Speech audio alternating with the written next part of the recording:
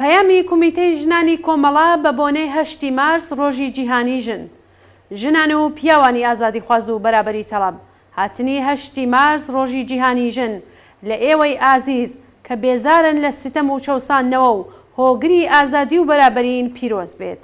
ئەمساڵ ڕۆژی جیهانی ژن لە هەلومەرجێکدا بەڕێوە دەچێت کە زیاتر لە 5 مانگ بەسەر کوشتنی ژینای جوانەمەرگ کە ناوی بوو بە سمبولی شۆڕشی ژن ژیان ئازادی تێپەڕ دەبێ. دروشمی ژن ژیان ئازادی نەتەنیا ڕنگدانەوەی خاست و ئاواتەکانی ژنانە بەڵکو و نوێنەرایەتی داخوازیەکانی چینی هەژاری کۆمەلگا دەکات. ئەو دروشمێکە کە دژایەتی لەگەڵ کولتوری کۆنەپەرستانەی سەپێنراو بەسەر کۆمەلگا بە پێی جیاوازی لە نێوان پیا و ژن دەکات. شۆڕشی ژینە نەتەنیا پەراوێز خستن لاوازکردن و ڕوخاندنی ئەو کولتورەی ناوێت بەڵکو دەیەوێت پیرۆزی و پێگەی تەواوی هێما مەزهەبیەکان بڕوخێنێت.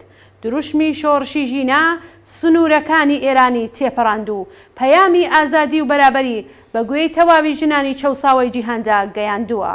لەو ماوەیە حکوومەتی ئیسلامی بە تەواو هێز و توانای خۆیەوە هەوڵی ڕاوەستان و شکەستێنانی ئەو شۆڕشەیدا، بەڵام نەیتوانی.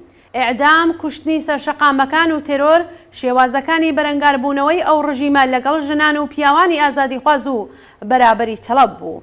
ئەمڕۆ شیعە داعشیەکانی حاکم بەسەر کۆمەلگا شێوازی سەرکوتیان بۆ ژەهراویکردنی قوتابیان لە مەدرسەکاندا گۆڕیوە تا لەو ڕێگەوە کچان ناچار بکەن واز لە مەدرسە و خوێندن بێنن. ئەو هەموو تاکتیک و سیاسەتانەی کە ڕژیمی ئیسلامی بۆ کوژانەوەی ئەو ئاخێزە جەماوەریە بەکاری بردووە نەک سەرکەوتنی بەدەست نەهێناوە بەڵکو ڕۆژ لە دوای ڕۆژ ڕسواتر بووە و تەنانەت خودیەکانی نظامیش دانیان بە شکەسهێنانیان ناوە.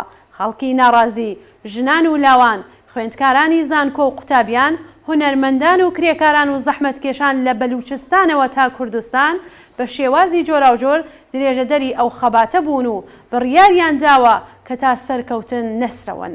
ڕوبەڕووبوونەوە لەگەڵ ئەو شەپۆلە بەرینەی ناڕازیان هێزە سەرکوتگەرەکانی ڕژیمی تووشی دووبەرەکی و ماندووبوون و لاوازی کردووە و ترس لە دەسەڵات جێگەی خۆی داوە بە هیوا و ئازایەتی و ئەم جارە ڕژیمی ئیسلامیە کە لە خەڵک دەترسێت.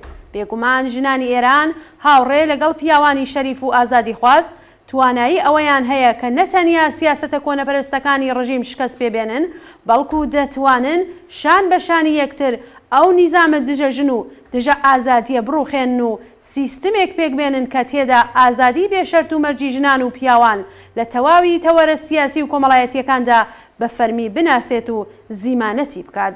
ژنانی کوردستان پێشەنگایەتی شۆڕشی ژینا دەکەن و هاوڕێ لەگەڵ بزوتنەوەی ژنانی پێشڕەوی ئێران دەست پێشخەری شێوازی نوێی بەرەنگاربوونەوە لەگەڵ کولتوری کۆنەپەرستانەی ئیسلامین. ئەمڕۆ لە هەر شوێنێک نیشانەیەک لە ناڕزایەتی و خەبات و بەرگری هەبێت ژنانی کوردستان لە ڕیزی بەرەوەی ئەو سەنگەرەدان. کۆماری ئیسلامی چیتر ناتوانێت کۆمەلگای ئێران بگەڕێنێتەوە سەردەمی پێشۆڕشی ژینا. ژنانی پێشڕە و شۆڕشگێر تا ئێستاکەیش دەستکەوتی زۆر گەورەیان بەدەستهێناوە و پشبەستن بەو دەستکەوتانەیە کە هەنگاو بەرەو سەرکەوتنی نیهایی دێنن. پیرۆز بێت شۆڕشی ژن ژیان ئازادی، بژی سۆسیالیزم، کۆمیتەی ژنانی کۆمەڵا 14 ڕەشەمەی 1401 هەتاوی بەرابەر لەگەڵ 5 مارسی 2023 زاینی.